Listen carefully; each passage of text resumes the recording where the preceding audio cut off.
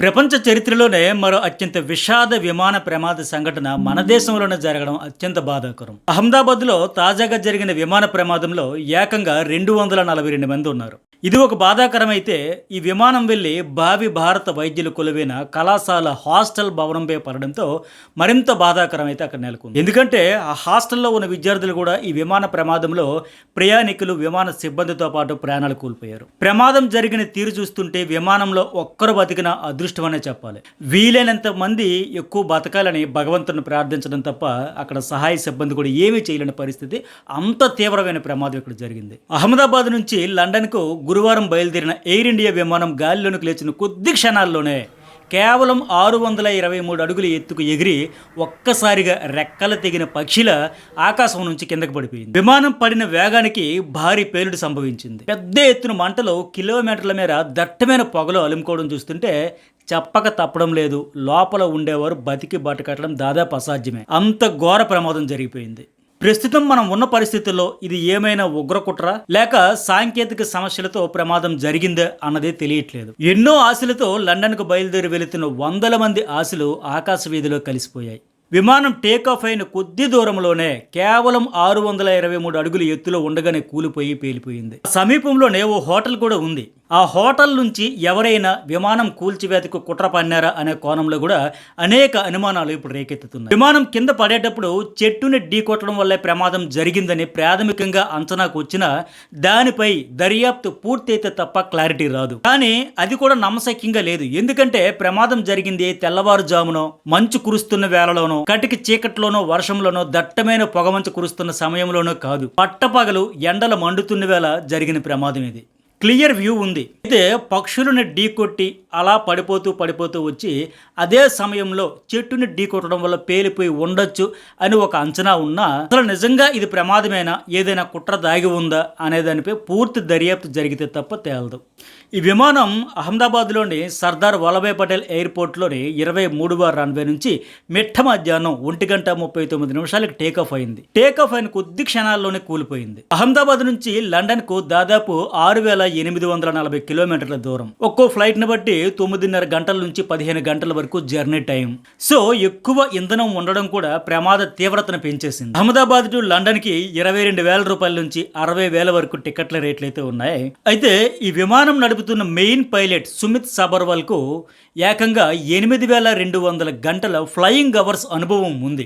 అలాగే co pilot కు 1,100 గంటల ఫ్లయింగ్ అవర్స్ అనుభవం ఉంది. ఇద్దరు పైలట్స్ కి అపార అనుభవం ఉన్నా సరే ఇలాంటి నేపథ్యం ఉన్న వాళ్ళు ఉంటే చెట్టుని ఢీకొట్టి కూలిపోవడం నమ్మశక్యంగా లేదు అని ప్రాథమికంగా అంచనాకు వస్తా ఉన్నారు. ఒకవేళ విమానంలో ఏదైనా సాంకేతిక సమస్య వస్తే వచ్చి ఉండొచ్చు.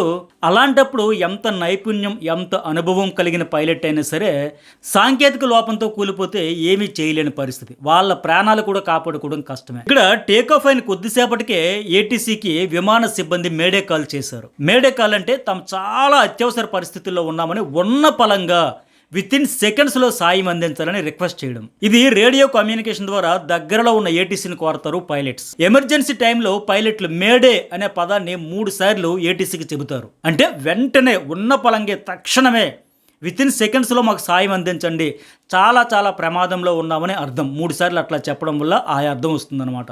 ఈ పదం ఫ్రెంచ్ పదం మైడన్ నుంచి వచ్చింది. అత్యవసర సమయాల్లో విమానాల్లో, అలాగే షిప్పుల్లో, నౌకల్లో, సముద్రాల్లో మునిగిపోయేటప్పుడు ఈ పదం చెప్పి సాయం కోరుతారు. అయితే ఇక్కడ అహ్మదాబాద్లో కూలిపోయిన విమానం నుంచి కూడా ఇలాంటి కాల్ రావడంతో ఏటీసీ తిరిగి సంప్రదించేందుకు ట్రై చేసింది. కానీ విమానం నుంచి ఆన్సర్ రాలేదు. వాళ్ళు స్పందించి సంప్రదించే లోపుగానే అంతలోనే ఈ దారుణం జరిగిపోయిందని డీజీసీఏ ప్రకటించింది. ఎయిర్ ఇండియాకు చెందిన 171 ఫ్లైట్ ఇది. అహ్మదాబాద్ నుంచి లండన్లోని ఘాట్విక్ కు వెళ్తుండగా ఈ దారుణం జరిగిపోయింది. ఈ విమానంలో ఇద్దరు మెయిన్ పైలట్, కో పైలట్ సహా 12 మంది స్టాఫ్ ఉన్నారు. మరో 232 మంది ప్రయాణికులు ఉన్నారు. మొత్తం 242 మంది ఈ ప్రమాదం జరిగిన సమయంలో విమానంలో ఉన్నారు. ఇక్కడ షాకింగ్ విషయం ఏంటంటే గుజరాత్ మాజీ సీఎం విజయ్ రూపాని కూడా ఉన్నట్టు తెలుస్తోంది. ఆయనతో పాటు 169 మంది భారతీయులు, 53 మంది బ్రిటన్ దేశస్తులు, 7 పోర్చుగల్ పౌరులు, 1 కెనడా వాసి ఉన్నారు ఆ ఫ్లైట్ లో. వీళ్ళలో ఏ ఒక్కరు బతికినా నిజంగా అదృష్టమని చెప్పుకోవాలి. అంత దారుణమైన, అంత తీవ్రమైన ప్రమాదం ఇది. నిజంగా దురదృష్టకరం.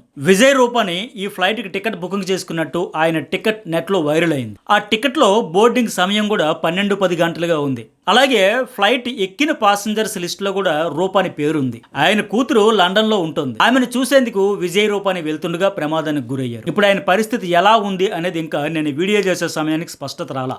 విజయ్ రూపాని 2016 నుంచి 21 వరకు గుజరాత్ ముఖ్యమంత్రిగా 5 ఏళ్లు పనిచేశారు. ఈయనకి 2 కొడుకులు, 1 కుమార్తె. కుమారుడు పూజిత్ ఓ ప్రమాదంలో ఇప్పటికే ప్రాణాలు కోల్పోయారు. తాజాగా ఇప్పుడు రూపాని కూడా ఈ విమాన ప్రమాదంలో చిక్కుకున్నారు. అహ్మదాబాద్లోని సర్దార్ వల్లభాయ్ పటేల్ ఇంటర్నేషనల్ ఎయిర్పోర్ట్ నుంచి బయలుదేరిన ఈ ఫ్లైట్ గాలిలోనికి లేచే సమయంలో ఎలాంటి సాంకేతిక సమస్యలు లేవని తెలుస్తోంది. ఈ బోయింగ్ 787 డ్రీమ్ లైనర్ విమానం జనవరి 2014లో కొత్తగా ఆరంభమైంది. గత 11 ఏళ్లుగా సేవలు అంది. సరిగ్గా మేఘాని నగర్ గోడాసర్ క్యాంప్ ప్రాంతంలో ఇప్పుడు కూలిపోయింది. కూలిన వెంటనే ఇంధన ట్యాంక్ పేలిపోవడంతో ఒక్కసారిగా మంటలు ఎగిసిపడ్డాయి. దట్టంగా పొగ అలుముకుంది.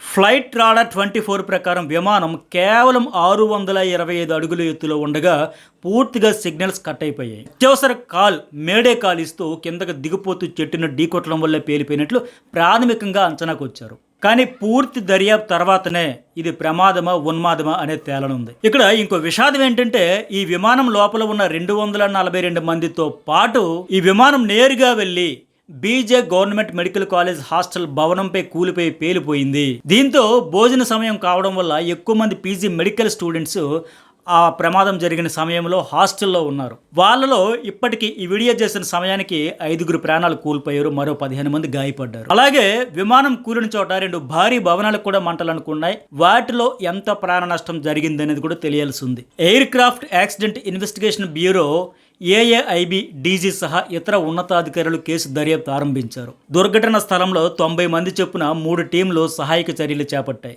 వేగంగా ఆసుపత్రులకు బాధితులు తీసుకెళ్లేందుకు గ్రీన్ కారిడార్ కూడా ఏర్పాటు చేసి సహాయక చర్యలు ముమ్మరంగా కొనసాగిస్తూ ఉన్నారు. మన దేశంలో ఇంతవరకు జరిగిన 6 విమాన ప్రమాదాల్లో ఇది కూడా అత్యధిక ప్రాణ నష్టం మిగిల్చే విషాద ఘటనగా మిగిలిపోబోతోంది అనేది ప్రాథమిక విచారణతో అర్థమైంది. గతంలో 1990 ఫిబ్రవరిలో బెంగళూరు ఎయిర్పోర్ట్లో ఇండియన్ ఎయిర్లైన్స్ 605 విమానం రన్వేను తాకడంతో ఘోర ప్రమాదం జరిగింది. ఆ ప్రమాదంలో 146 మంది పాసింజర్స్ సహా 92 మంది స్టాఫ్ కలిపి మొత్తం 238 మంది దుర్మరణం చెందారు. అది జరిగిన 6 ఏళ్ల తర్వాత అంటే 1996లో హర్యానాలోని సౌదీ అరేబియా ఎయిర్లైన్స్ విమానం 753 అలాగే కజకిస్తాన్ ఎయిర్లైన్స్ విమానం 1907 ఢీకొన్నాయి. ఈ 2 విమానాలు ఢీకొన్న ప్రమాదంలో 340 మంది ప్రయాణికులు అక్కడికక్కడే చనిపోయారు. ఈ ప్రమాదం జరిగిన 2 ఏళ్ల తర్వాత అంటే 1998 జూలైలో అలయన్స్ ఎయిర్ ఫ్లైట్ బోయింగ్ 737-288 ఈ ఫ్లైట్ బీహార్లోని పాట్నా ఎయిర్పోర్ట్ సమీపంలో ల్యాండింగ్ సమయంలో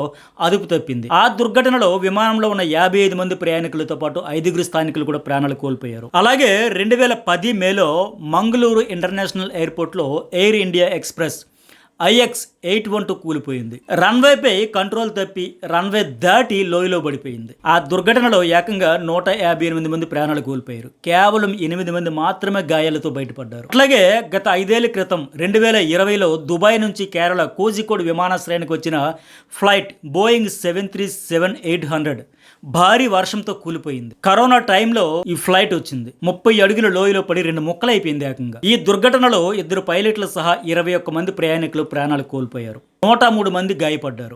గత 5 విమాన ప్రమాదాల్లో మన దేశంలో జరిగిన 5 విమాన ప్రమాదాల్లో మొత్తంగా 752 మందికి పైగా ప్రాణాలు కోల్పోయారు. పదుల సంఖ్యలో గాయపడ్డారు. ఇప్పుడు జరిగిన ఈ విషాదకర విమాన ప్రమాదంలో వీలైనంత ఎక్కువ మంది ప్రాణాపాయం నుంచి తప్పించుకోవాలి, క్షేమంగా బయటపడాలని కోరుకుందాం.